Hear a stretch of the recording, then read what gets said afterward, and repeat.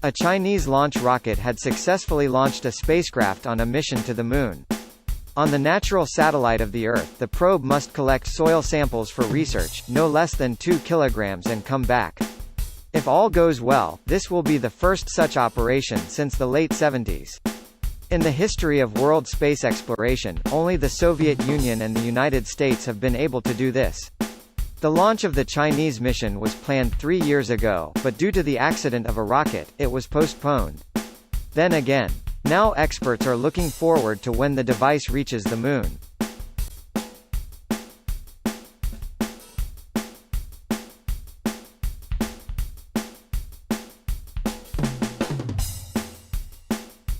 Russian sappers start a new phase of mine clearance in Nagorno-Karabakh. Sappers are examining the areas where permanent posts of the peacekeeping forces will be built. With special attention to the roads. Found ammunition is destroyed, including at a special training ground. Earlier, military engineers completely cleared the Lachin corridor and the 28-kilometer highway to Stepanakert from mines. The damaged equipment was also taken out from there. As a result, the safe movement of civilian vehicles was opened along the Lachin corridor. According to it, in particular, refugees returned to their homes.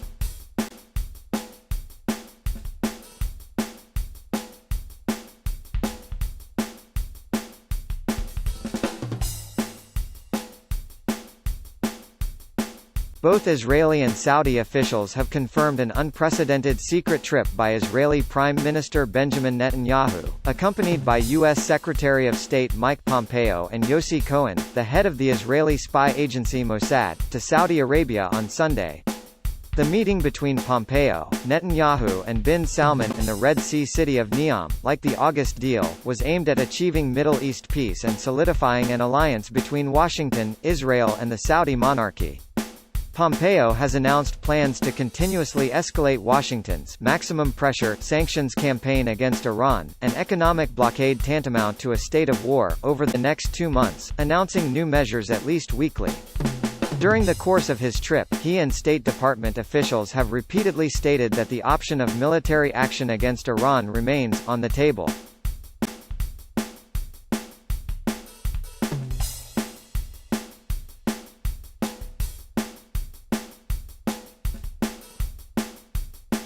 UK Prime Minister Boris Johnson revealed yesterday the government's plans for ending its one-month lockdown on December 2 and for allowing gatherings over Christmas. From Wednesday next week, all non-essential shops, gyms, hairdressers and other personal care businesses in England will be allowed to reopen, along with places of worship. The tier system will be reintroduced with some modifications. Pubs, restaurants and cafes can now only act as takeaways in areas under Tier 3 restrictions, and pubs and restaurants can only reopen fully in Tier 2 areas if they served substantial meals. Reduced numbers of spectators will be allowed into indoor and outdoor sporting events. The so-called Rule of Six will be reinstated, allowing up to 6 people from different households to meet indoors or outdoors in Tier 1 areas, only outdoors in Tiers 2, and in limited outdoor settings in Tier 3. But even these limited restrictions will be scrapped for a period over Christmas.